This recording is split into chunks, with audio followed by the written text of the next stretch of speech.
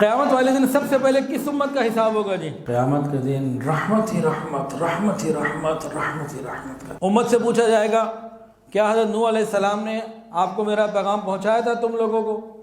وہ صاف جھوٹ بول دیں گے، کوئی نہیں جی، ہمیں کوئی پیغام آپ کا نہیں ہے، حضرت نوح علیہ السلام نے ہمیں کچھ نہیں بتایا۔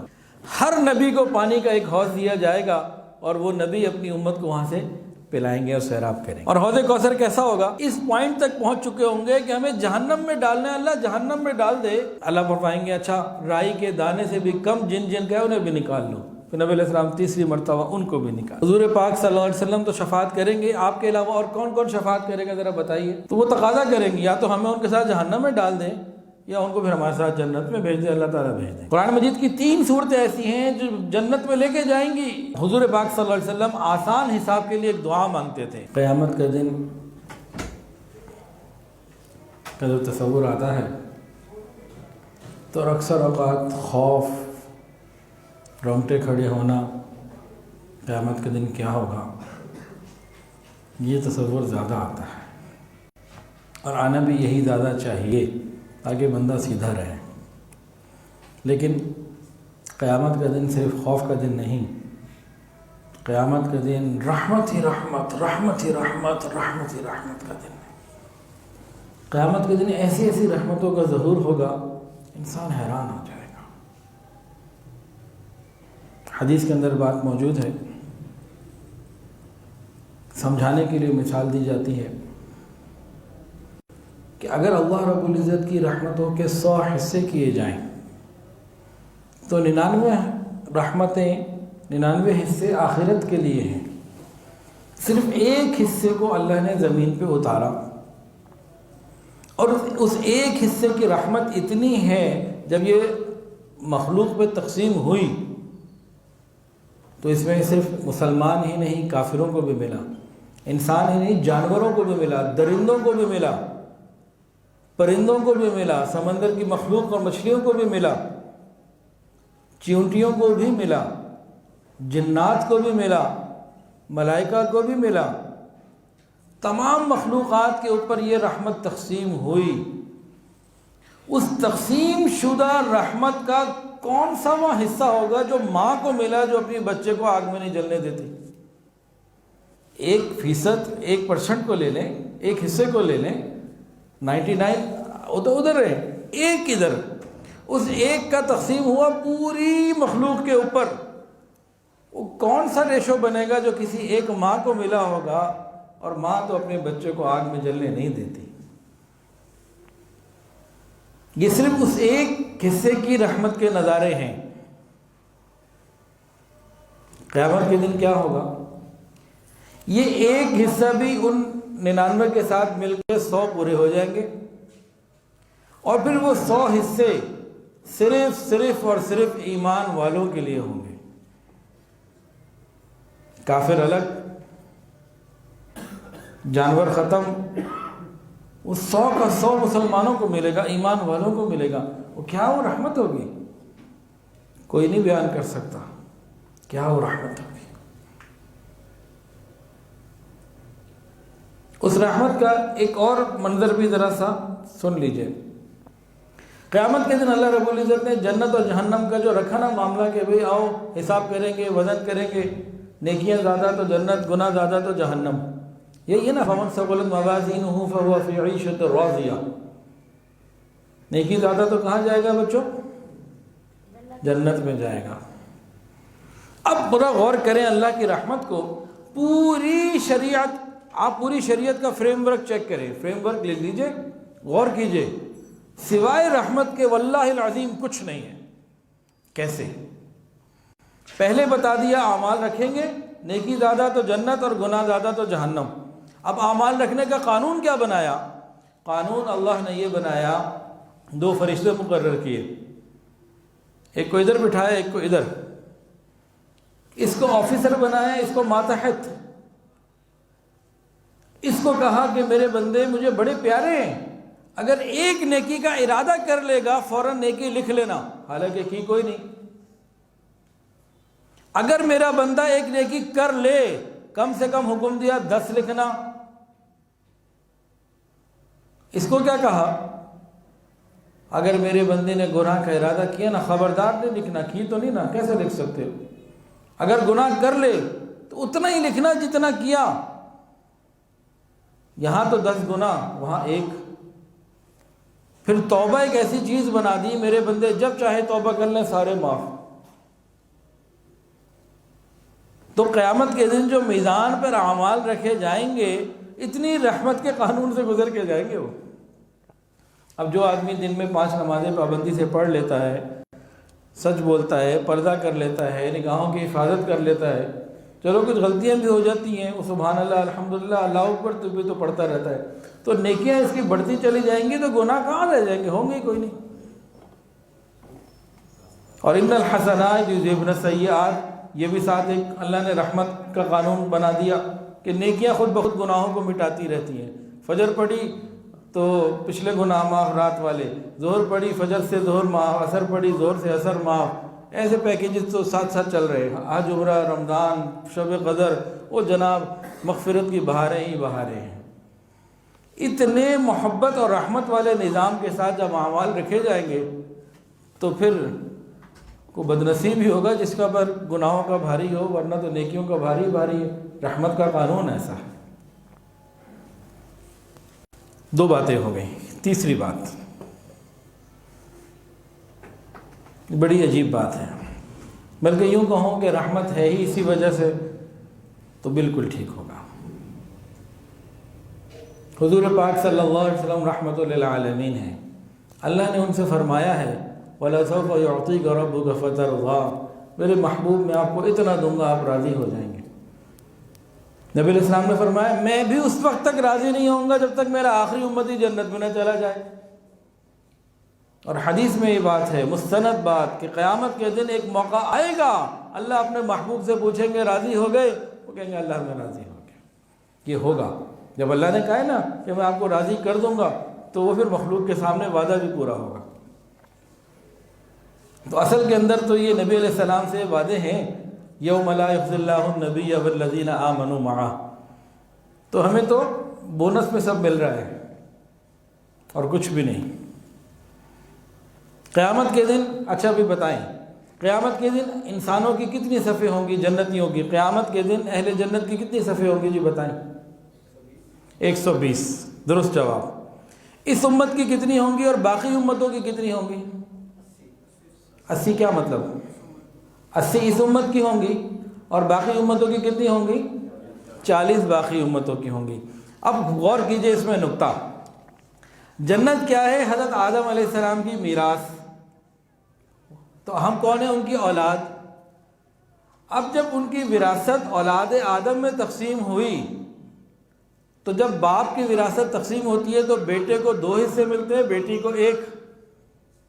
تو جب حضرت آدم علیہ السلام کی وراثت تقسیم ہو رہی ہے جنت اولاد آدم میں، تو حضور پاک صلی اللہ علیہ وسلم کو بیٹے والا حصہ مل رہا ہے اور باقی ساری امتوں کو ملا کے بیٹی والا مل رہا ہے۔ ایسے ہی ہوگا نا، وراثت کا قانون، ایک بیٹا ہو ایک بیٹی، 120 روپے ہوں تو 80 روپے بیٹے کو ملے، 40 بیٹی کو ملے، تو یہ معاملہ ہے۔ تو سارا رحمت ہی رحمت۔ اللہ اکبر کبیرہ۔ حدیث کے اندر آتا ہے جس شخص نے نماز کی حفاظت کی، نماز اس کے لیے قیامت کے دن نور ہوگی، حجت ہوگی، اور اس کے لیے جنت میں جانے کا ذریعہ ہوگی۔ اور جس نے حفاظت نہ کی، نماز کی، اس کے لیے کوئی نور نہیں ہوگا، کوئی حجت نہیں ہوگی، اور اس شخص کا حشر فرعون، حامان، امیہ ابن خلف جیسے بدبخت لوگوں کے ساتھ کیا جائے گا۔ ہمیں نماز کی پابندی کرنے کی ضرورت ہے۔ قیامت کے دن کی ایک اور بڑی پیاری بات، قیامت کے دن ہر امتی اپنے نبی کے ساتھ ہوگا، تمام انبیاء کی امتیں ان کے ساتھ ہوں گی۔ تو میں اور آپ پھر کن کے ساتھ ہوئے جی؟ حضور صلی اللہ علیہ وسلم کے ساتھ، رحمت للعالمین کے ساتھ۔ یہ مزیدار بات ہے کہ نہیں؟ یہ بڑی مزیدار بات ہے، سبحان اللہ، کتنی بڑی نعمت ہے، ہم حضور کے ساتھ ہوں گے۔ تمام انبیاء کرام قیامت کے دن نور کے ممبروں پر ہوں گے۔ حضور صلی اللہ علیہ وسلم نے فرمایا کہ سب نور کے ممبر پر ہوں گے، میرے لیے بھی نور کا ممبر ہوگا، وہ ان سب میں بڑا اور ممتاز ہوگا۔ فرمایا کہ تمام انبیاء کرام کو قیامت کے دن جھنڈے دیے جائیں گے، سب کے پاس اپنے اپنے جھنڈے ہوں گے، امتیں ان کے ساتھ ہوں گی۔ فرمایا کہ حضور صلی اللہ علیہ وسلم نے فرمایا کہ میرے پاس بھی جھنڈا ہوگا، حمد کا جھنڈا ہوگا، اور فرمایا کہ آدم علیہ السلام سے لے کے حضرت عیسیٰ علیہ السلام تک ہر نبی اپنے اپنے جھنڈوں کے ساتھ میرے جھنڈے کے نیچے ہوں گے۔ اور فرمایا کہ قیامت کے دن سب سے پہلے میری قبر کھلے گی۔ اللہ اکبر کبیرہ۔ قیامت کے دن کی گھبراہٹ، پریشانیاں اور ہولناکیاں ایمان والوں کے پاس سے بھی نہیں گزریں گی۔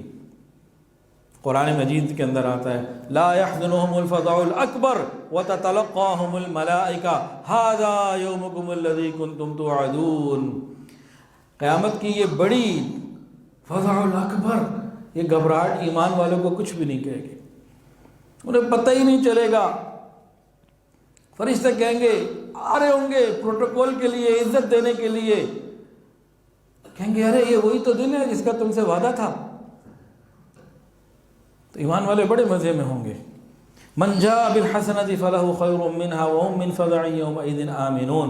قیامت کے دن جو شخص نیکی لے کر آئے گا اسے پھر بہتر جزا ملے گی، اور وہ قیامت کے دن کی گھبراہٹ سے محفوظ رہے گا۔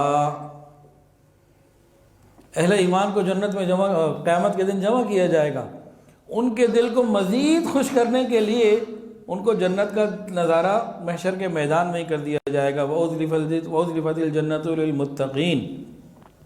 کافروں کے چہرے تو کالے پڑے ہوں گے، ایمان والوں کے چہرے کیسے ہوں گے؟ وُجُوهٌ يَوْمَئِذٍ مُسْفِرَةٌ ضَاحِكَةٌ مُسْتَبْشِرَةٌ، چمک رہے ہوں گے، خوش و خرم ہوں گے، ایک دوسرے سے جناب ایسے کھلی باتیں مزے سے بیٹھے ہوں گے۔ عرش کا سایہ ان کے پاس ہوگا، نیچے دسترخوان لگیں گے، وہ کھا رہے ہوں گے، لوگ حساب کتاب میں مشغول ہوں گے، یہ اپنی موج میں ہوں گے۔ مختلف احادیث میں قیامت کے دن اہل ایمان کا جو بتایا نا کہ 50,000 سال کا دن ان کے لیے کیسا ہوگا، کہیں تو ایسی ایک گھڑی میں گزر جائے گا، پتہ ہی نہیں چلا، آدھے گھنٹے میں لگا جی 50,000 سال وہ گئے۔ کسی کے لیے آتا ہے ظہر اور عصر کا وقت جتنا ہوتا ہے نا، اور کہیں آتا ہے عصر اور مغرب کا وقت۔ یہ مختلف نیکیوں والے بندوں کا مختلف ان کا ایک اعزاز ہوگا۔ اتنے بڑے دن کا انہیں پتہ ہی نہیں چلے گا آیا کدھر گیا کدھر، وہ کون سی پریشانیاں، وہ کون سی گھبراہٹیں، کچھ بھی نہیں۔ ایسے بھی معاملات ہوں گے۔ ہائے ایک واقعہ سنیے، کاش ہماری عورتوں کو بھی یہ سوچ تو ملے، تخیل کی پرواز تو دیکھیں، پرواز کتنی بلند ہے۔ ایک عورت نبی علیہ السلام کی خدمت میں حاضر تھی۔ نبی علیہ السلام نے فرمایا تھا قیامت کے روز لوگ ننگے پاؤں ہوں گے، ننگے بدن ہوں گے۔ عورت تھی، عورت کے اندر حیا زیادہ ہوتی ہے نا مردوں کی نسبت۔ یا رسول اللہ، ایک دوسرے کو دیکھیں گے کیا منظر وہ ہوگا؟ آقا نے فرمایا اتنا خوف کا عالم ہوگا، آنکھیں پتھرائی بھی ہوں گی، کیوں کسی کا خیال نہیں کرے گا۔ پھر اس عورت نے آسمان کی طرف ایسے دیکھا، آسمان کی طرف دیکھ کے نبی علیہ السلام سے اس نے ایک دعا کی درخواست کی، تو یا رسول اللہ صلی اللہ علیہ وسلم میرے لیے دعا کر دیجئے، اللہ تعالیٰ اس دن مجھے پردے میں رکھے، اللہ تعالیٰ اس دن مجھے پردے میں رکھے۔ حضور صلی اللہ علیہ وسلم نے اسی وقت فرما دیا کہ انشاءاللہ تعالیٰ تم قیامت کے دن پردے میں ہوگی۔ تو ہم بھی اللہ سے درخواست تو کر سکتے ہیں نا، ہمارے سامنے حضور تو نہیں ہے، ہم اس زمانے میں پیدا ہی نہیں تھے ہی نہیں۔ اس زمانے میں اگر اتنا شعور پیدا ہوتے اور اتنا شعور ہوتا تو ہم بھی نبی علیہ السلام سے جا کے عرض کر سکتے تھے یا رسول اللہ صلی اللہ علیہ وسلم ہمارے لیے بھی دعا کر دیجیے۔ تو بہرحال ہم اللہ سے بھی مانگ تو سکتے ہیں نا، میں دعا کروں گا، آپ سب آمین کہہ دیجیے۔ یا اللہ قیامت کے دن اس عورت کی طرح ہمیں بھی، ہماری عورتوں کو بھی پردے میں رکھ دیں۔ اللہ کے لیے کیا مشکل ہے؟ کسی کو روزہ رسول پہ حاضری نصیب ہو، سلام پیش کرے، میرا بھی پیش کر دے، اور درخواست بھی کر دے یا رسول اللہ، جس طرح ایک عورت نے آپ سے درخواست کی تھی، آپ نے دعا کی تھی، آپ ہمارے لیے بھی دعا کر دیجئے، اللہ ہمیں قیامت کے دن پردے میں رکھے۔ یہ سوچ تو ہونی چاہیے نا کہ قیامت کے دن بے لباس ہونا، اللہ ہماری حفاظت فرمائے۔ قیامت کے دن فرشتے جو ہے نا صف در صف حاضر ہوں گے، اور اللہ تعالیٰ کے والملائکۃ علی ارجائها، حدیث کا قرآن کے اندر آتا ہے والملائکۃ علی ارجائها ویحمل عرش ربک فوقهم یومئذ ثمانیہ، عرش کے گرد گرد ہوں گے اور 8 فرشتوں نے اللہ تعالیٰ کے عرش کو اٹھایا ہوا ہوگا۔ اب جو بات کرنے لگا ہوں نا، حدیث سنانے لگا ہوں، اور اس میں جو بات کرنی ہے توجہ سے سننی ہے جی، ٹھیک ہے جی۔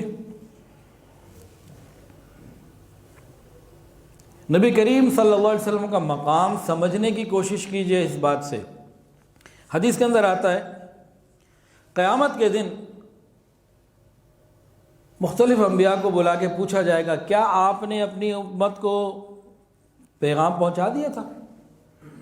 تو اس حدیث میں جو میں پڑھ رہا ہوں حضرت نوح علیہ السلام کا ذکر ہے۔ قیامت کے دن اللہ تعالیٰ حضرت نوح علیہ السلام کو بلائیں گے، پوچھیں گے کیا آپ نے میرا پیغام پہنچایا تھا اپنی امت کو؟ کہیں گے یا اللہ میں نے پہنچایا تھا۔ امت سے پوچھا جائے گا کیا حضرت نوح علیہ السلام نے آپ کو میرا پیغام پہنچایا تھا تم لوگوں کو؟ وہ صاف جھوٹ بول دیں گے، کوئی نہیں جی، ہمیں کوئی پیغام آپ کا نہیں ہے، حضرت نوح علیہ السلام نے ہمیں کچھ نہیں بتایا، بتاتے تو ہم کلمہ پڑھ لیتے، یہی مطلب ہے نا۔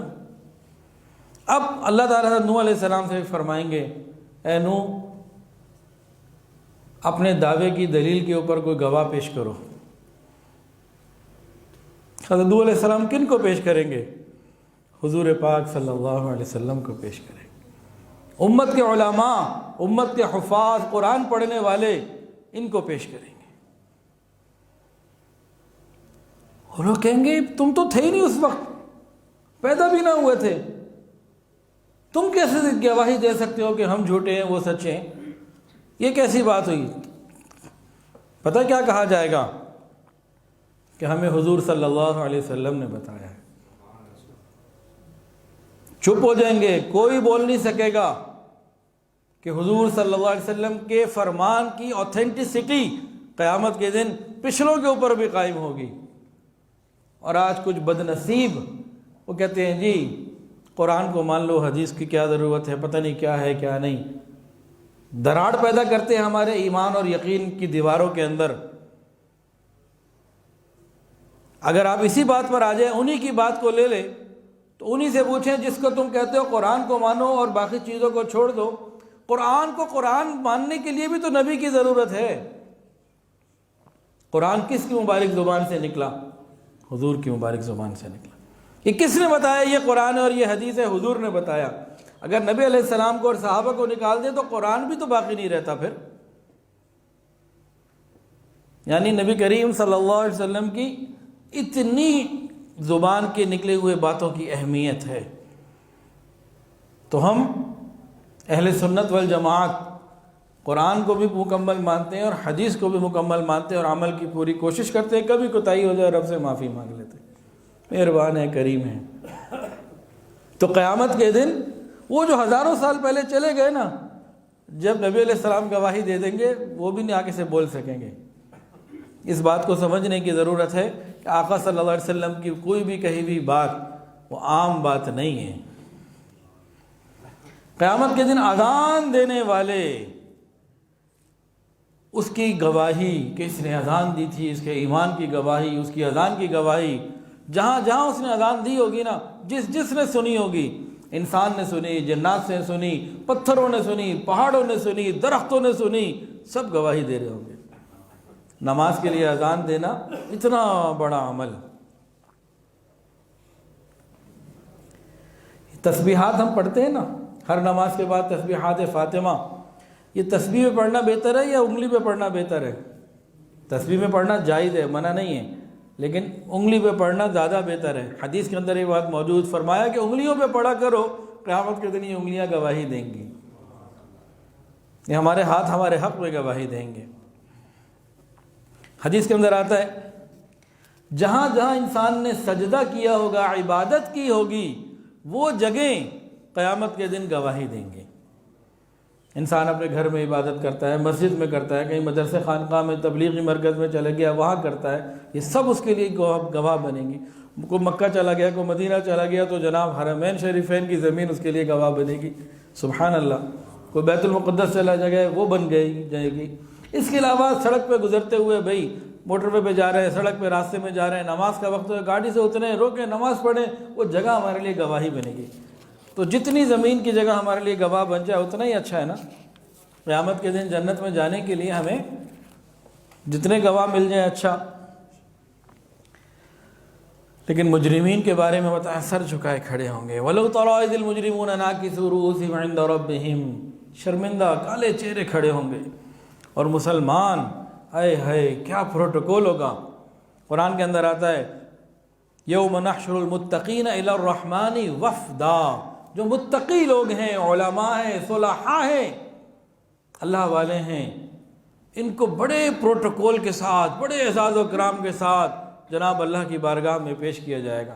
مجرمین شرمندہ ہوں گے کالے چہرے کے ساتھ، اور یہ جناب پورے VVIP پروٹوکول کے ساتھ مہمانوں کی طرح اللہ کے سامنے پیش ہوں گے۔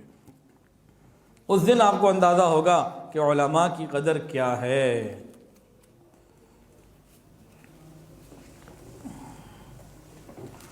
میدان محشر میں ہر نبی کو پانی کا ایک حوض دیا جائے گا، اور وہ نبی اپنی امت کو وہاں سے پلائیں گے اور سیراب کریں گے۔ حضور صلی اللہ علیہ وسلم کو جو حوض ملے گا اس کا نام بتائیے؟ حوض کوثر۔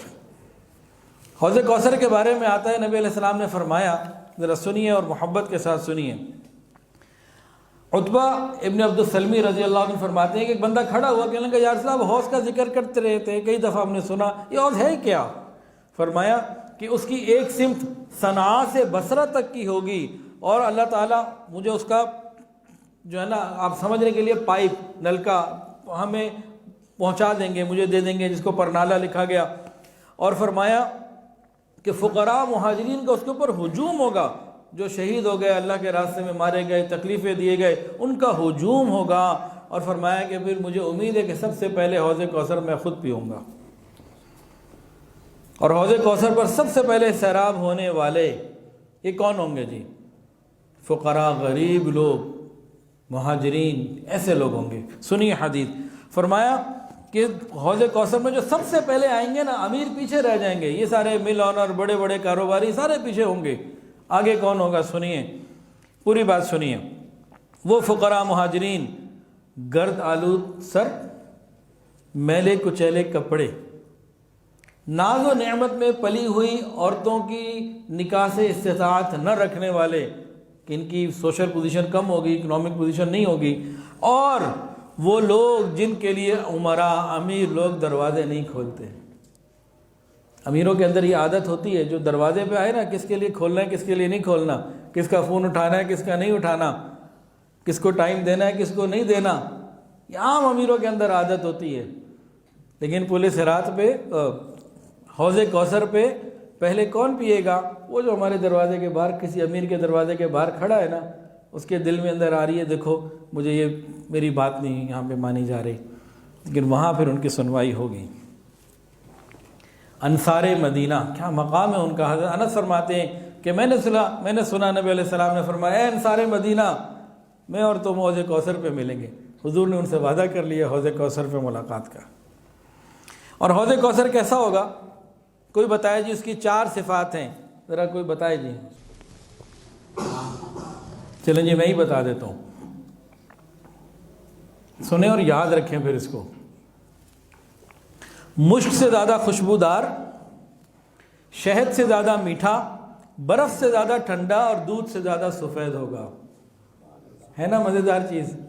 خوشبو مشک سے زیادہ، ٹھنڈا برف سے زیادہ، میٹھا شہد سے زیادہ، اور سفیدی دودھ سے زیادہ۔ کیا چیز ہوگی؟ پھر آگے نبی علیہ السلام نے فرمایا کہ جو اس کو ایک مرتبہ پی لے گا، اس کے بعد اسے کبھی پیاس نہیں لگے گی۔ یہ مطلب نہیں ہے کہ جنت میں جا کے وہاں کی چیزیں نہیں پیے گا، پیاس کی طلب نہیں ہوگی، وہ تو شوق کے لیے پیے گا، انجوائمنٹ کے لیے پیے گا، مزے کے لیے، لذتوں کے لیے پیے گا۔ پیاس کے لیے پینا اور بات ہوتی ہے، اور لذت کے لیے پینا کوئی اور بات ہوتی ہے، بڑا فرق ہے دونوں میں۔ ایک اور بات بھی فرمائیے، ذرا ڈرنے والی ہے۔ فرمایا جو شخص قیامت کے دن حوض کوثر سے محروم رہا، یہ پھر کبھی سیراب نہیں ہوگا، یہ ہمیشہ پیاسا ہی رہے گا۔ اللہ ہمیں حوض کوثر عطا فرمائے۔ حدیث کے اندر آتا ہے جو شخص حوض کوثر سے پانی پی چکا ہوگا، ایک مرتبہ جو حوض کوثر سے پانی پی لے گا اس کے بعد اس کو کبھی کوئی غم نہیں ہوگا، کبھی کوئی پریشانی نہیں ہوگی، کبھی چہرہ سیاہ نہیں ہوگا، کوئی تکلیف اس کے بعد نہیں ہوگی۔ اور حوض کوثر پر سونے اور چاندی کے جام ہوں گے جن کی تعداد کتنی ہوگی؟ آسمان کے ستاروں کی مانند ان کی تعداد ہوگی۔ اور حوض کوثر کی ایک سمت ایسی ہوگی جس کا بتایا کہ مدینہ اور عمان کے برابر، یعنی 1000 کلومیٹر کی اس کی چوڑائی ہوگی اس سمت کی۔ حوض کوثر میں جو پانی آ رہا ہوگا 2 پرنالے ہوں گے، 2 پائپ لگے ہوں گے، ایک سونے کا ہوگا، ایک چاندی کا ہوگا۔ نبی علیہ السلام نے فرمایا کہ اہل یمن، ان کا نام لیا کہ ان کی خاطر میں اپنی چھڑی سے، عصا سے لوگوں کو ہٹاؤں گا اور حوض ان کی طرف بہہ پڑے گا، خوب سیراب ہو کے پھر پئیں گے۔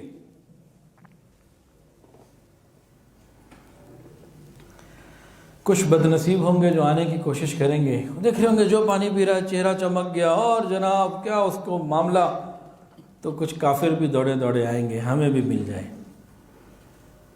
ان کو نہیں ملے گا۔ بدعتی آئیں گے، ان کو نہیں ملے گا۔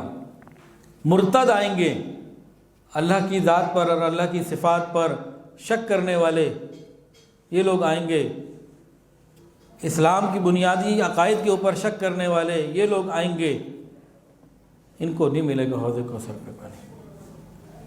اللہ ہمارے ایمان اور عقیدے کی، عمل کی حفاظت فرمائے۔ اس وقت ارتداد کا فتنہ بہت پھیل رہا ہے، میں نے پچھلی دفعہ بھی بتایا تھا، تو اب پتہ نہیں یہاں بیان میں بتایا تھا یا کسی مجلس میں کہیں اور بتایا تھا۔ یہاں سے لاہور سے ایک نوجوان ماں باپ نے لاکھوں روپے خرچ کر کے USA بھیجا، تقریباً 1 سال کے کم عرصہ وہ وہاں پہ رہا، اس کے بعد آ گیا واپس، تو آ کے کہتے ہیں اللہ تو ہے ہی نہیں۔ یہ کون سی ہائر ایجوکیشن ہے جو بندہ اللہ ہی کو بھول جائے؟ اور یہ ہمارے ہاں اس وقت بہت عام اور تیزی سے پھیل رہا ہے۔ اللہ تعالیٰ کے بارے میں، حضور پاک صلی اللہ علیہ وسلم کے بارے میں، دین کی بنیادی چیزوں کے بارے میں ارتداد کو پھیلایا جا رہا ہے، تو یہ قیامت کے دن محروم ہو جائیں گے۔ ہمیں اپنی نسلوں کی حفاظت کی ضرورت ہے۔ قیامت کے دن شفاعت کا معاملہ بھی ہوگا۔ سب سے پہلے تو جب اللہ تعالیٰ اجازت دیں گے حضور پاک صلی اللہ علیہ وسلم شفاعت کریں گے، تمام انبیاء شفاعت کریں گے، تمام جنتی شفاعت کریں گے، یہ علماء، یہ حفاظ، یہ قرآن پڑھنے والے قراء، یہ سب شفاعت کریں گے۔ ایک ہے شفاعت کبریٰ، جب نبی علیہ السلام کی ایک شفاعت ایسی ہے جس سے کافروں کو بھی حصہ ملے گا، مسلمانوں کو بھی ملے گا۔ وہ کیا ہوگا؟ جب مخلوق قیامت کی گرمی میں، پسینے میں، بے لباس، بھوکے ننگے پیاسے، بہت وقت گزر چکا ہوگا، تنگ آ چکے ہوں گے، اس پوائنٹ تک پہنچ چکے ہوں گے کہ ہمیں جہنم میں ڈالنا ہے، اللہ جہنم میں ڈال دے، اس قیامت کی تکلیف سے تو ہم بچ جائیں، یعنی اس تک، اتنا پوائنٹ تک تو آ چکے ہوں گے۔ اس وقت پھر یہ لوگ طے کریں گے کیا کریں، آپس میں مشورے ہوں گے، چلو جی آدم علیہ السلام کے پاس آئیں گے، ان کو کہیں گے، اب اس میں باتیں سننی ہے، سمجھنی ہے۔ بڑے بڑے انبیاء اس وقت کہیں گے لست ہناکم، I can't help you، میں آپ کی مدد نہیں کر سکتا، سوری میں نہیں کچھ کر سکتا۔ کیوں؟ حدیث میں جگہ جگہ ہے، وہ اپنی ایک جو خطا ہو گئی اس کا تذکرہ کریں گے کہ بھی میں نہیں اللہ کے سامنے پیش ہو سکتا۔ انبیاء کرام اتنی جلیل القدر، بڑی بڑی ہستیاں، ان کی خطائیں جو جن کو وہ خطا سمجھتے ہیں، ہمارے نزدیک تو وہ حکمت کی باتیں ہیں، تو وہ اللہ کے سامنے پیش نہیں ہو سکیں گے۔ ذرا ان وجوہات کو ہم سنیں، پھر اپنے ساتھ ساتھ غور کرتے رہے ہم کدھر کھڑے ہیں، اپنے آپ کو بھی ذرا تولیں۔ اب جناب ساری مخلوق سب سے پہلے کن کے پاس آئے گی جی؟ حضرت آدم علیہ السلام، جی حضرت آدم علیہ السلام کے پاس آ کے کہے گی اللہ نے آپ کو اپنے ہاتھوں سے بنایا، اپنی روح ڈالی، فرشتوں سے سجدہ کرایا، اتنے بڑے مقام کے آپ، ذرا اللہ سے کہہ دیجئے حساب کتاب شروع کرے، تاکہ جس نے جنت میں جانا ہے، جہنم میں جانا ہے، مسئلے حل ہوں، اس تکلیف سے تم نکلیں۔ حضرت آدم علیہ السلام ان کی بات سنتے ہی کہہ دیں گے لست ہناکم، سوری میں آپ کے لیے کچھ نہیں کر سکتا، مجھ سے ایک ایسی بات ہو گئی تھی، میں اللہ کے سامنے جاتے ہوئے از خود مجھے حیا آتی ہے۔ وہ کیا بات ہوئی تھی؟ انہوں نے شجر ممنوعہ ایک مرتبہ کھا لیا تھا، جس کو اللہ نے معاف بھی کر دیا، قرآن میں ذکر بھی آ گیا، اس پر وہ اللہ کے سامنے جاتے ہوئے شرمائیں گے ہم تو لوگوں کا کتنا مال کھا جاتے ہیں، ہمارا کیا بنے گا؟ وہ کہیں گے نا نا جاؤ نوح علیہ السلام کے پاس، چلو یہاں سے چلو، یہ نوح علیہ السلام کے پاس، ان کی شان بیان کر کے بھئی ہمارا کوئی مسئلہ، نا نا نا نا میں نہیں کر سکتا، میں نے اپنے بیٹے کے لیے دعا کر لی تھی، حالانکہ وہ تو مسلمان نہیں تھا، اللہ ناراض ہو گئے تھے، وہ پوچھ لیا تو کیا بنے گا، نا نا نا چلو بھئی کدھر جائیں؟ حضرت ابراہیم علیہ السلام کے پاس جاؤ، وہ خلیل اللہ ہیں، اللہ کے دوست ہیں۔ اب یہ پوری امت، پوری جناب مخلوق آئی خلیل اللہ کے پاس، آپ تو اللہ کے خلیل ہیں، ذرا ہماری سفارش ہی کر دیجئے، قیامت کا دن حساب کتاب معاملہ تو شروع ہو۔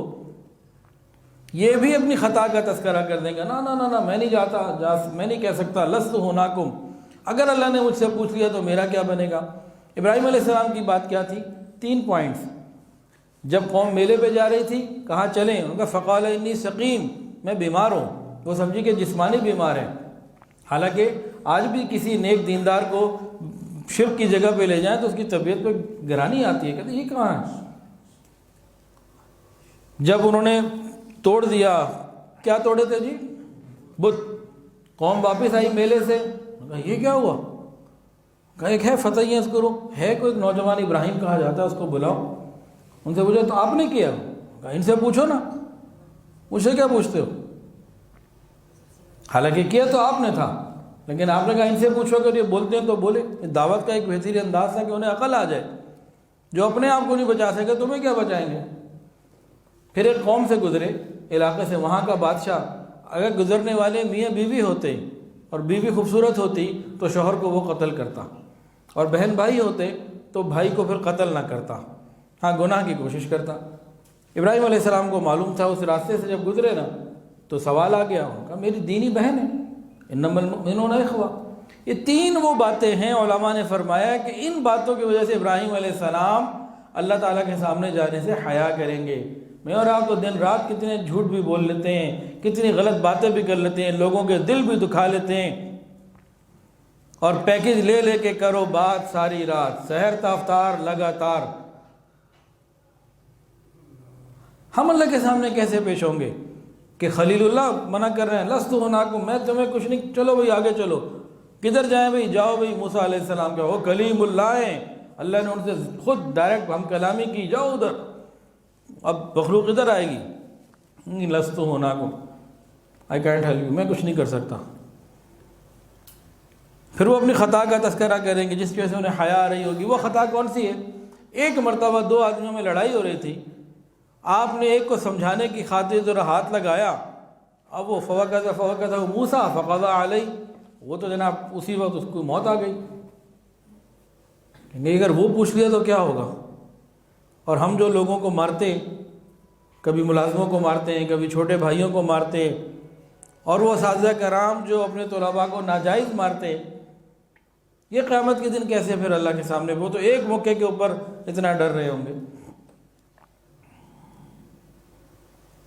وہ بھی منع کر دیں گے، جاؤ عیسیٰ علیہ السلام کے پاس، عیسیٰ علیہ السلام کے وہ بھی نا بابا لست ہناکم، جاؤ حضور پاک صلی اللہ علیہ وسلم کے پاس۔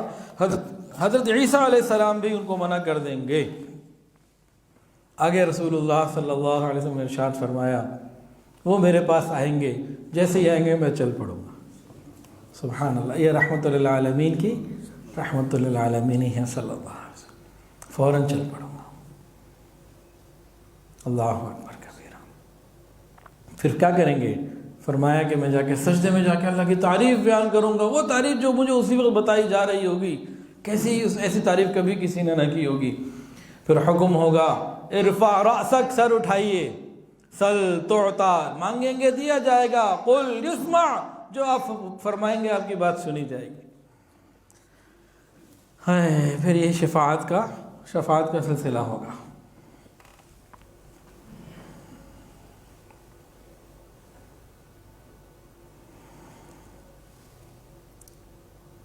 پھر مختلف قیامت کے دن کے احوال ہیں۔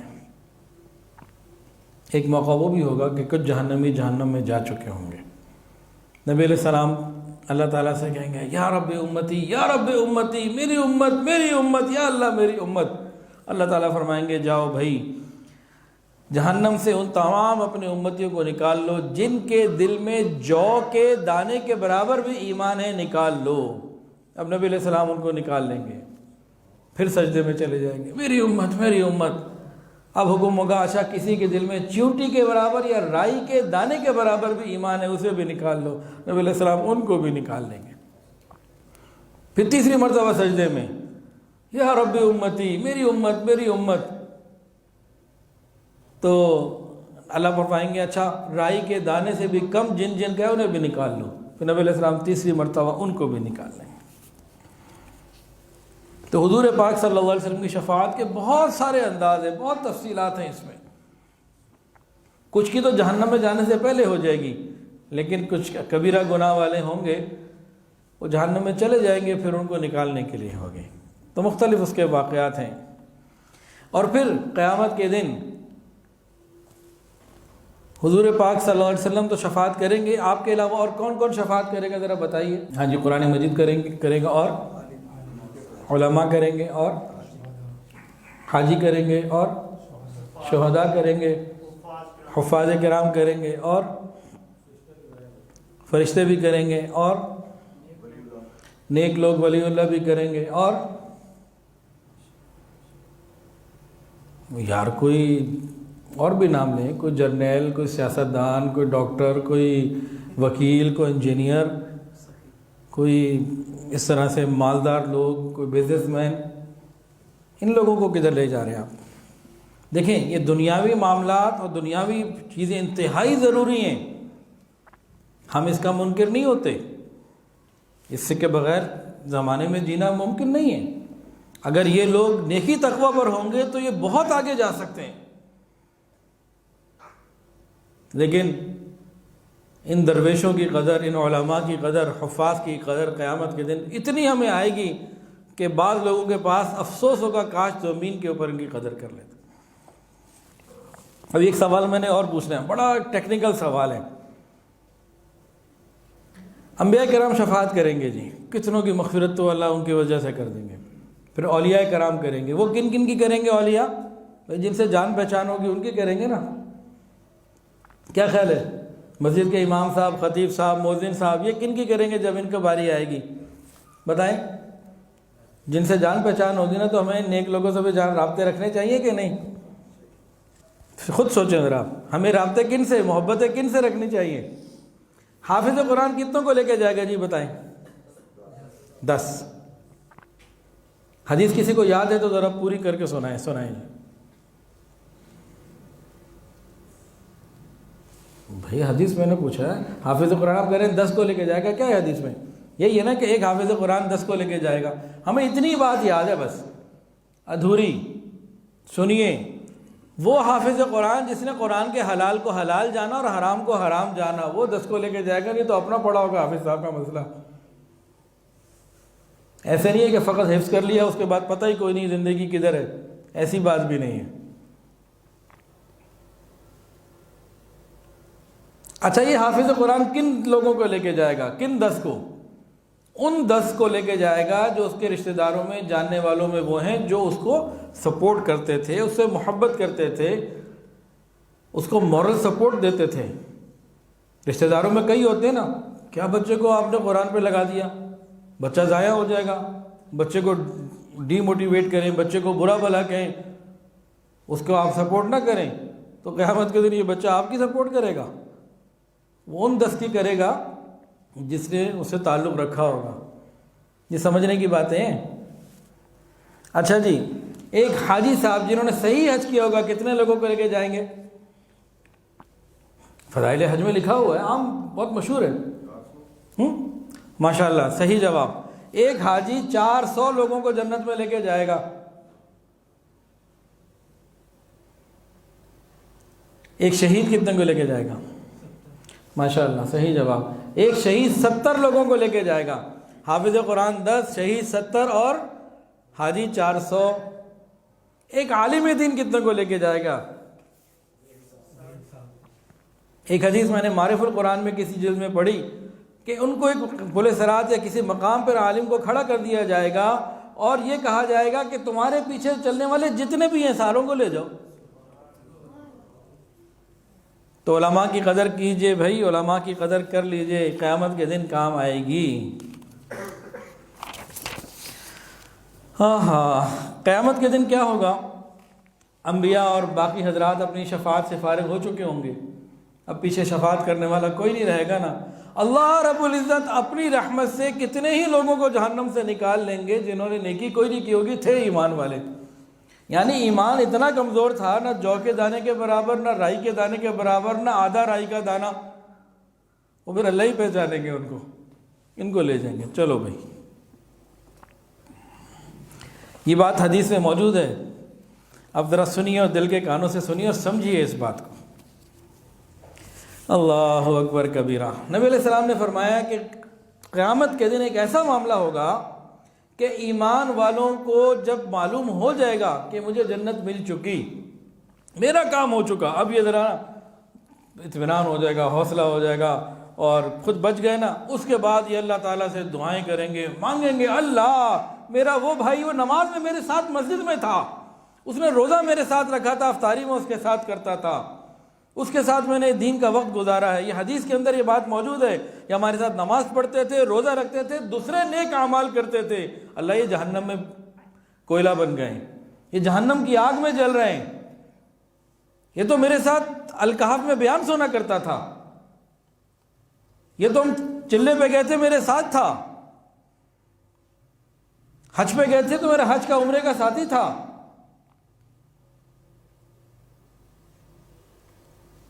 نماز روزہ نیکی میں ساتھ دینے والے، یہ جنتی جن کو جنت کا پروانہ مل چکا ہوگا، یہ پھر اپنے ایک دوسرے ساتھیوں کو دیکھیں گے، بھائی ہم جس مجلس میں ہوتے تھے سارے پورے ہو گئے کہ نہیں؟ وہ نہیں جی، وہ تو رہ گیا، وہ رہ گیا، وہ رہ گیا، اور یہ سارے اللہ میاں ہم کیسے چلے جائیں، وہاں تو اکٹھے ہوتے تھے۔ پھر اللہ تعالیٰ ان کی وجہ سے ان کو بھی لے جائیں گے۔ ان مجالس کی قدر کر لیجئے، ہم ایک دوسرے کو پہچان لیں، ایک دوسرے کا نام پوچھیں، ایک دوسرے کی خیر خواہی لیں، ایک دوسرے کی خیر خیریت لیں۔ اب ہم میں سے کتنے ایسے ہیں مسجدوں میں جاتے ہیں، نمازیوں کا پتہ کوئی نہیں، کبھی امام صاحب کا نام پوچھا ہم نے؟ اگر میں یہاں پوچھ لوں نا آپ کس کس مسجد میں نماز پڑھتے ہیں تو سب بتا دیں گے جی میں اس مسجد میں نماز پڑھتا ہوں، اور میں پوچھوں مؤذن کا نام اور امام صاحب کا نام کیا ہے تو بس سمن بکمن، چپ ہو جائیں گے، گنگے بہرے ہو جائیں گے، کچھ نہیں رہے گا۔ کبھی ان کی خیر خیریت لے لیں، کبھی ان کا خیال کر لیں، ان کی کوئی ضرورت پوری کر دیں۔ یہ قیامت کے دن آئے گی کام یہ باتیں۔ اسی طرح اس مجلس میں ہم جمع ہوتے، ایک دوسرے کا نام بتاؤ، کوئی تعلق تو ہو، رابطہ آپس میں بھی ہو، یہ قیامت کے دن کام آئے گا۔ اللہ اکبر کبیرہ۔ جب یہ لوگ ہوں گے نا، یا اللہ وہ تو ہمارے ساتھ بیان میں ساتھ ہوتا تھا، وہ تو مدرسے میں میرے ساتھ پڑھتا تھا، وہ تو میرے ساتھ پڑھتی تھی، میرا کلاس فیلو تھا، ہم ساتھ پڑھاتے تھے، یا اللہ وہ تو جہنم میں، دنیا میں تو نیکی ہم ساتھ کرتے تھے۔ پھر اللہ تعالیٰ ان کو کہیں گے اچھا تم جہنم میں جاؤ، اور دیکھو جس کے دل میں دینار کے برابر بھی ایمان ہے اسے نکال لو۔ ابھی آئیں گے تو دیکھیں گے کہ ان لوگوں کے چہرے، یہ تو آگ سے بچے ہوئے، سجدہ کرتے تھے نا تو چہرے تو بچے ہوئے، لیکن کوئی ٹخنوں تک کوئی گھٹنوں تک آگ میں جل رہا ہے، وہ جناب نکال کے لے آئیں گے پہلی دفعہ میں، پھر دوبارہ یا اللہ، پتہ لگ گیا نا ہم تو جنتی ہیں، اللہ تو پھر واپس نہیں لے جائیں گے جہنم، وہ پھر یا اللہ بھی کچھ اور بھی رہ گئے، وہ کبھی کبھی آتا تھا، یہ تو وہ تھے نا جو زیادہ آتے تھے، وہ بڑا کبھی کبھی آتا تو تھا، مجھے اس کا چہرہ یاد ہے، ادھر میں دیکھ رہا ہوں جل رہا ہے۔ اللہ پاک فرمائیں گے اچھا جاؤ بھائی، دیکھو آدھا دینار کے برابر بھی جس کے دل میں ایمان ہے نکال کے لے آؤ، جاؤ بھائی جاؤ۔ یہ پھر آئیں گے اپنے جاننے والوں کو، پہچان والوں کو نکال کے لے جائیں گے۔ وہ تیسری مرتبہ آ کے پھر یا اللہ ابھی اور باقی رہ گئے، وہ تو بڑا خدمت کرتا تھا، وہ بھی ادھر بیٹھا پڑا ہے، ابھی آگ میں جل رہا ہے، ہمارے ساتھ اس نے وقت ساتھ لگایا تھا، نماز ساتھ پڑھتا تھا۔ پھر اللہ تعالیٰ فرمائیں گے اچھا بھائی جاؤ، جس کے دل میں رائی کے دانے کے برابر بھی ایمان تمہیں ملے، اپنے پہچان والوں میں ساروں کو لے آؤ۔ یہ معاملے قیامت کے دن ہونے، کیا مطلب نکل رہا ہے؟ نیک لوگ، علماء، نیک مجالس، ہمیں اس میں شرکت کرتے رہنے چاہیے، کام آئے گی انشاءاللہ قیامت کے دن۔ اور جتنی باتیں بتائی ہیں نا، یہ انشاءاللہ قیامت کے دن اپنی آنکھوں سے آپ دیکھیں گے۔ اچھا جی، ایک اور سوال آج میں نے مفتی صاحب سے پوچھا، وہ بھی 2 منٹ کے لیے چپ ہو گئے کہ پوچھ کیا لیا، پھر انہوں نے خیر بتا دیا جواب، مفتی صاحب ہیں۔ میں نے پوچھا، میں نے کہا حضرت یہ بتائیے، انبیاء شفاعت کریں گے، حضور شفاعت کریں گے، جاننے والے ایک دوسرے کی کریں گے، علماء حفاظ یہ سب کریں گے، تو یہ تو تعلق ہے نا، آپس میں ایک تعلق کی بنیاد پہ بات ہوگی۔ نبی کا تعلق امتی ہونے کی حیثیت سے ہو گیا اور تعلق ہو گیا۔ فرشتے کس بات سے تعلق، فرشتے کس بات سے جو ہے وہ سفارش کریں گے، بھائی وہ کس بات پہ شفاعت کریں گے، وہ کون سا تعلق ہے، وہ تعلق بتائیں۔ تو یہی سوال میں آپ سے پوچھتا ہوں جی، بتائیں جی، فرشتے جو مسلمانوں کی شفاعت کریں گے، ہماری رشتہ داری ہے ان سے، کوئی لین دین، کوئی معاملہ، کیا تعلق ہے، ذرا بتائیں۔ دعا کرتے ہیں مسلمانوں کے لیے، جو اچھے نماز پڑھتے ہیں، اللہ کا ذکر کرتے ہیں، جو اللہ کو یاد رکھتے ہیں، اس کا یہ تعلق ہے ہمارے ساتھ، اس لیے اس بات کریں گے ہماری۔ ماشاء اللہ۔ اور جی اس کے نا کئی جواب ہو سکتے ہیں، جو باتیں کہی ہیں تقریباً ٹھیک ہیں۔ دیکھیں کرامن کاتبین بھی انہوں نے نام تو لے لیا، لیکن اصل میں کرامن کاتبین سے ایک پڑوس کا تعلق ہے نا، مستقل ساتھ، زندگی بھر کا ساتھ۔ تو انہوں نے بھی تو دیکھا ہوگا نا، یا اللہ یہ بھی تو کبھی بیان پہ جاتا ہی تھا نا، ٹھیک ہے کچھ گڑبڑ بھی کرتا تھا لیکن چلو جاتا تو تھا نا، وہ بھی اپنا حق ادا کریں گے، اتنا عرصہ ساتھ گزارا۔ پھر فجر اور عصر کے وقت ڈیوٹیاں چینج ہوتی ہیں، تبدیل ہوتے رہتے، تو بھی دیکھیں گے اللہ مسجد میں جیسے چھوڑ کر آئے تھے نا، روزہ تو رکھتا تھا۔ تو اس طرح کے تعلق جو ہے نا یہ فرشتوں کے ساتھ ہوں گے، کوئی رشتہ داری اور لین دین کے معاملات تو نہیں ہوں گے، یہ نیک اعمال کے ساتھ ہی کوئی معاملات۔ واللہ اعلم بالصواب، کیونکہ یہ بات حدیث میں اس طرح سے موجود نہیں ہے، لیکن اسی طرح کے تعلق بنیں گے نا۔ اچھا جی، قیامت کے دن روزہ یہ شفاعت کرے گا اور قرآن پاک بھی شفاعت کرے گا، دونوں۔ روزہ کہے گا یا اللہ سارا دن بھوکا پیاسا رہتا تھا میری وجہ سے، اللہ کہیں گے جاؤ بھائی جنت اس کو دے دو۔ قرآن مجید کہے گا یا اللہ یہ مجھے پڑھتا تھا، بھائی جاؤ بھائی جنت۔ قرآن مجید کی 3 صورتیں ایسی ہیں جو جنت میں لے کے جائیں گی، سورہ بقرہ، سورہ آل عمران، جو ان کو پڑھتا ہوگا جنت میں لے کے صاحبان کی طرح آ جائیں گی، بادل کی طرح جنت میں لے کے جائیں گی۔ ایک تیسری صورت کون سی ہے جی؟ سورۃ الملک۔ ماشاء اللہ، کتنی آیات ہیں اس میں؟ 30 آیات ہیں۔ جو سورہ ملک روزانہ کی تلاوت کرتا ہے اللہ قبر کے عذاب سے بھی بچائیں گے اور انشاءاللہ جنت بھی ملے گی۔ اس کے علاوہ اور کون سفارش کرے گا جی؟ کئی طبقے تو آ گئے، ایک بڑا مشہور بات، ایک بڑا مشہور تعلق رہ گیا، بڑا مضبوط اور مشہور۔ اولاد 2 طرح کی، ایک وہ اولاد جو نابالغ تھی، انتقال ہو گیا، ان کو کہا گیا جائے گا جاؤ جنت میں، کون جنت میں؟ ہم نہیں جاتے، ہمارے ماں باپ کدھر ہوں گے، وہ تو بڑے ایسے تھے ویسے تھے، جہنم میں پڑے۔ یا اللہ جہنم میں کیوں پڑے؟ گناہ کیا ہوتا ہے ہمیں تو نہیں پتا۔ تو وہ تقاضا کریں گے یا تو ہمیں ان کے ساتھ جہنم میں ڈال دیں یا ان کو پھر ہمارے ساتھ جنت میں بھیج دیں، اللہ تعالیٰ بھیج دیں گے۔ دوسری نیک اولاد، ولد صالح، نیک اولاد جو بعد میں ہمارے لیے دعائیں کرتی رہے۔ تو اولاد کا ہونا ایک نعمت اور اولاد کا نیک ہونا یہ دوسری نعمت۔ بلکہ مرنے کے بعد فرمایا تمام اعمال ختم، اعمال نامہ بند ہو جاتا ہے، مرتے ہی اعمال نامہ بند ہو جاتا ہے، لیکن 3 باتیں باقی رہتی ہیں۔ پتہ ہے جی کسی کو؟ صدقۃ جاریہ، کوئی مسجد، مدرسہ، کوئی ہسپتال، کوئی ایسی چیز لگائی ہو جو مرنے کے بعد لوگوں کو نفع دیتی رہے، یہ کام آئے گا۔ ہم سب ارادہ کریں کہ ایک مسجد ایک مدرسہ ضرور بنائیں گے، بنوائے گا اللہ، ارادہ تو کرے نا۔ مرنے سے پہلے کوئی ایسا کام کریں کہ مرنے کے بعد ہمیں ادھر قبر میں پہنچتا رہے۔ دوسرا کیا ہے جی؟ پہلا تھا صدقۃ جاریہ، دوسری کیا چیز ہے جی جو مرنے کے بعد فائدہ پہنچے گی حدیث کے مطابق؟ نیک اولاد۔ تیسری جو ہے ایسا علم جو بعد میں لوگوں کو نفع دے، دینی علوم، یہ بعد میں فائدہ دیں گے۔ اللہ اکبر کبیرہ۔ اب آپ کو ایک میں ایسا واقعہ سنا رہا ہوں، مسجد نبوی میں ہوا۔ نبی علیہ السلام بتاتے گئے، صحابہ اللہ اکبر کہتے گئے۔ آپ نے ایک بات بتائی، صحابہ نے کہا اللہ اکبر، آپ نے دوسری بتائی خوشخبری اس سے بڑی، انہوں نے کہا اللہ اکبر، پھر تیسری مرتبہ کہا اور صحابہ نے پھر کہا اللہ اکبر. سنا دوں جی؟ اچھا جی سنیں.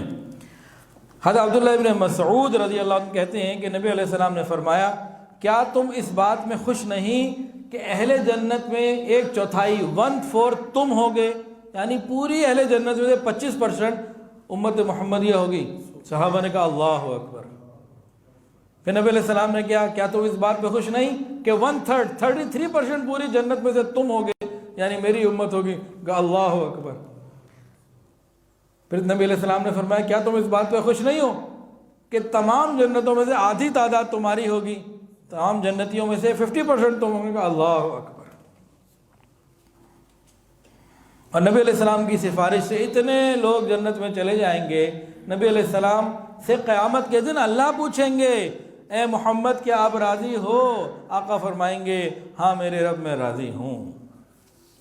نبی علیہ السلام نے فرمایا تھا نا کہ ہر نبی کو ایک دعا مانگنے کا حق دیا جاتا ہے، جیسی مانگے ویسی قبول.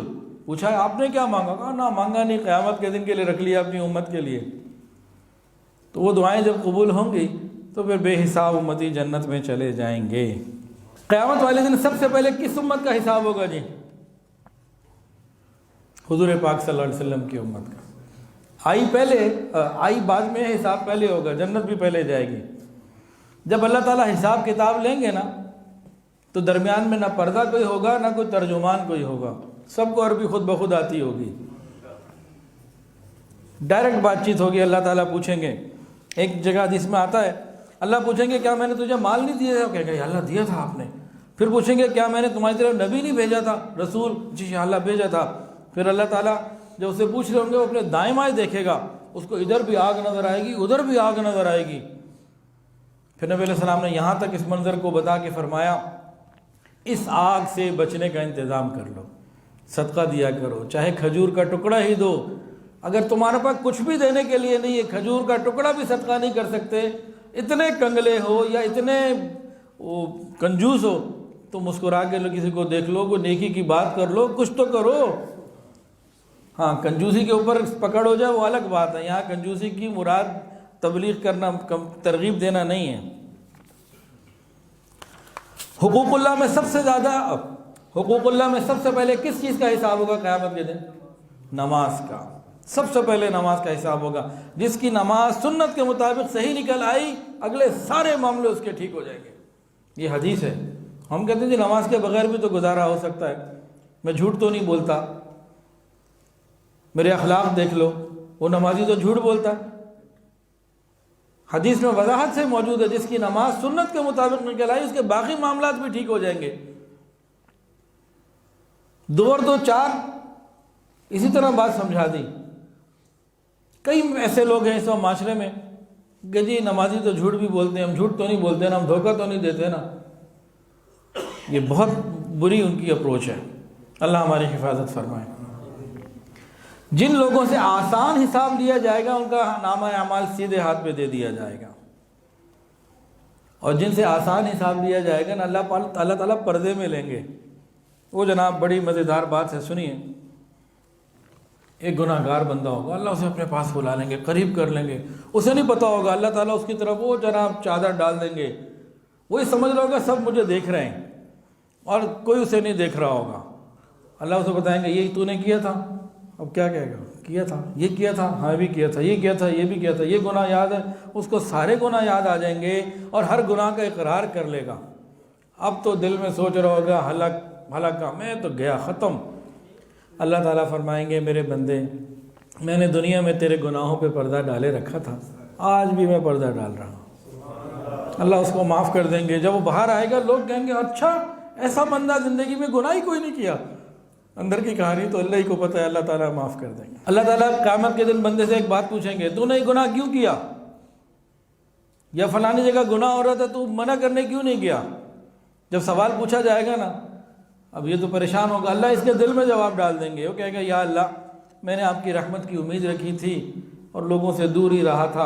اللہ کہیں گے اچھا بھائی چل جا بھائی جنت میں. حساب کتاب کے انداز بہت سے مختلف ہوں گے. قیامت کے دن ایک بندہ پیش ہوگا،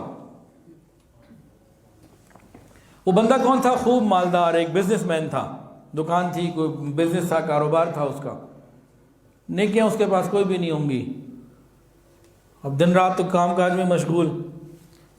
ہاں بھائی کیا لے کے لے کر آؤ، تمہیں اتنا مال دیا تھا، تمہارا اتنا بزنس تھا.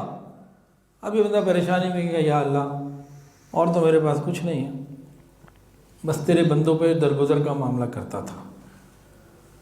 مالدار جو ہوتا تھا اس کو آسانیاں پیدا کرتا، قرض دار اور جو غریب ہوتا تنگ دست ہوتا اسے مہلت دے دیتا تھا. بس یہ کچھ میں لوگوں کے ساتھ نرمی کر لیا کرتا تھا، باقی تو پھر اللہ تعالیٰ فرمائیں گے کہ میں اس بات کا زیادہ حقدار ہوں کہ میں درگزر کروں. تم میرے بندوں سے درگزر کرتے تھے، جاؤ آج میں تمہارے گناہوں سے درگزر کرتا ہوں. قیامت کے دن نبی علیہ السلام نے، قیامت کے دن کا نبی علیہ السلام نے ایک ایسا حال بیان کیا ایک شخص کا کہ نبی علیہ السلام اتنا مسکرائے کہ آپ کی داڑھ مبارک لوگوں کو نظر آئی. صحابہ نے زیارت کی. نبی کریم صلی اللہ علیہ وسلم نے ارشاد فرمایا کہ میں اس آدمی کو جانتا ہوں جو سب سے آخر میں جنت میں جائے گا اور سب سے آخر میں جہنم سے نکالا جائے گا. اس کو اللہ کے سامنے پیش کیا جائے گا. اللہ تعالیٰ فرشتوں کو پہلے ہی کہہ دیں گے اس کے چھوٹے چھوٹے اعمال لانا، بڑا کوئی نہ لانا، چھوٹے چھوٹے گناہ وہ سب اس کے سامنے لاؤ، بڑے بھی سائڈ پہ رہنے دو. اللہ پوچھیں گے تو نے یہ کیا تھا، کیا تھا، یہ کیا تھا، کیا تھا، یہ کیا تھا، کیا تھا، فلاں دن یہ کام کیا تھا، موبائل ایسے استعمال کیا تھا، نیٹ ایسے استعمال کیا تھا، اور فلانی چیز کا میسج ایسے دیکھا تھا، ٹک ٹاک، یہ وہ سب تم نے سب کچھ کیے تھے. اب کہاں جائے گا؟ ہر بات کا اقرار کر رہا ہے. اب دل ہی دل میں کیا سوچ رہا ہے؟ ابھی تو میرے چھوٹے چھوٹے وہ بڑی بڑی تو حرکتیں بھی سامنے نہیں آئیں، وہ اگر آ گئی تو میرا کیا بنے گا؟ میں تو گیا. اب یہ سوچ رہا ہوگا. اللہ تعالیٰ فرمائیں گے میرے بندے تجھے تیرے ہر گناہ کے بدلے میں ایک نیکی دینے کا اعلان ہوتا ہے. وہ جیسے ہی بندہ سننے گا نا کہے گا یا اللہ میرا وہ بڑا گناہ، میرا وہ بڑا گناہ، میرا وہ گناہ، وہ تو سامنے ہی نہیں آئے. تو جب یہ بات نبی علیہ السلام نے بیان فرمائی تو آپ خوب مسکرائے. قیامت کے دن حساب کتاب کن کا آسان ہوگا؟ جو دنیا میں اللہ سے ڈرنے والے ہیں. یہ بات بھی حدیث میں موجود. وقت کم ہے، میں اس کی تفصیل میں نہیں جا رہا. پرانی امتوں میں ایک شخص نے کہا میرے بعد مجھے جلا دینا، راکھ بہا دینا ہوا میں. اللہ نے اس کو دوبارہ کھڑا کیا. کیا کیا تھا تو نے یہ وصیت؟ اللہ مجھے بڑا ڈر تھا، اتنے گناہ تھے، مجھے تو پتہ تھا میں آؤں گا تو میری پٹائی ہونی ہے. میں کہا مجھے ایسے ہی اڑا دینا. اللہ فرمایا اس کے اس ڈر کی وجہ سے کہ مجھ سے ڈرتا تھا، اللہ اسے جنت دے دیں گے. خرید و فروخت میں نرمی کرنے اور رکھنے والا یہ جنت میں جائے گا. ایک بندہ ہوگا مسلمان ایمان والا، پوچھا جائے گا تیرے کیا حالات؟ کوئی نیکی نہیں. یہ آئے گا کہ یہ لوگوں کے ساتھ نرمی کرتا تھا، لین دین میں آسانیاں پیدا کرتا تھا. اللہ تعالیٰ کہیں گے اچھا میں تیرے لیے آسانیاں پیدا کرتا ہوں. ہم نے دکانوں پہ لکھا ہوتا ہے، ہم نے لکھا ہوتا ہے نا جی بیچا ہوا مال واپس نہیں لیں گے. اب اس کو الٹا کر دیجئے کہ واپس لے لیں گے. ہاں اگر آپ کا کوئی نقصان ہو رہا ہو تو آپ تھوڑا بہت نقصان ہے تو برداشت کر لیں. زیادہ نقصان ہو رہا ہے نہیں افورڈ کر سکتے تو پھر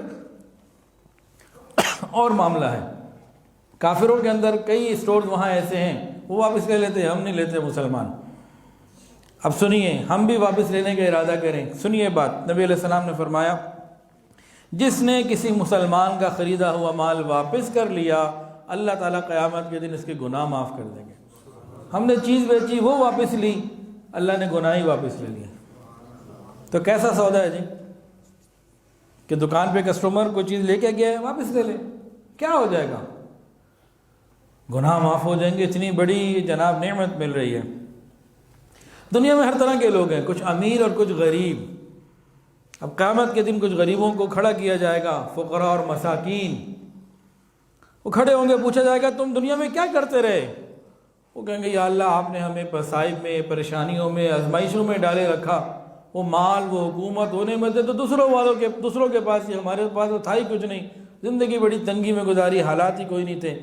اللہ عز و جل فرمائیں گے ہاں تم سچ کہتے ہو، تم سچ کہتے ہو.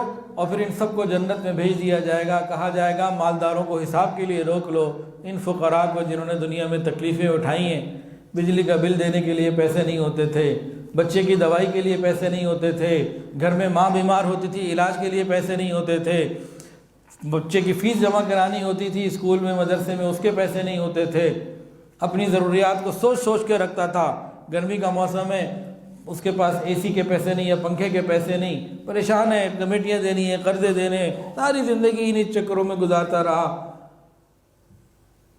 اور اپنی سواری نہیں لوکل سواریوں پہ زندگی صبر شکر کے ساتھ گزارتا رہا۔ یہ جنت میں بہت جلدی پہنچ جائے گا۔ حضور پاک صلی اللہ علیہ وسلم حضور پاک صلی اللہ علیہ وسلم آسان حساب کے لیے ایک دعا مانگتے تھے، اللہم حاسبنی حسابا یسیرا۔ یہ دعا ذرا دہرائیے تاکہ سب کو یاد ہو جائے۔ نمازوں کے بعد نبی علیہ السلام یہ دعا اللہ سے مانگتے تھے، اللہم حاسبنی حسابا یسیرا، اللہم حاسبنی حسابا یسیرا۔ یہ دعا نبی علیہ السلام مانگا کرتے تھے، ہم بھی یہ مانگا کریں۔ جب یہ دعا نبی علیہ السلام کو مانگتے دیکھا بی بی عائشہ نے، بڑی سمجھدار خاتون تھی، اور مجھے یا رسول اللہ یہ حاسب نے حساب یسیرا آسان حساب یہ کیا ہے؟ تو نبی علیہ السلام نے فرمایا کہ عائشہ آسان حساب یہ ہے اللہ تعالیٰ بندے کے نامہ اعمال کو دیکھ تو لے، باقی درگزر کر دے، پوچھے کچھ نہ، بھائی فائل آگے چلا دو، کھولنے کی ضرورت ہی کوئی نہیں۔ یہ ہے آسان حساب۔ امی عائشہ نے پوچھا یہ آسان حساب کی آپ دعا مانگ رہے ہیں، آسان حساب سے مراد کیا ہے، کیا ہوتا ہے یہ؟ فرمایا کہ اعمال نامہ آئے گا، بس دیکھ کے درگزر کر دیں گے، کھولنے کی پوچھنے کی کوئی ضرورت ہی نہیں، چلو بھائی ہو گیا بھائی حساب ہو گیا، چلو بھائی۔ اور پھر نبی علیہ السلام نے آگے فرمایا عائشہ اس دن جس سے بحث ہو گئی، سوال جواب ہو گئے کہ یہ کیا یہ کیا یہ کیسے، وہ تو ہلاک ہو گیا، ہم جواب تو نہیں دے سکتے نا۔ تو پھر ایک دفعہ مانگ لیں اللہم حاسبنی حسابا یسیرا، اللہ ہمارا حساب آسان لے لینا، یا یوں مانگے یا اللہ بغیر حساب ہی لے لینا۔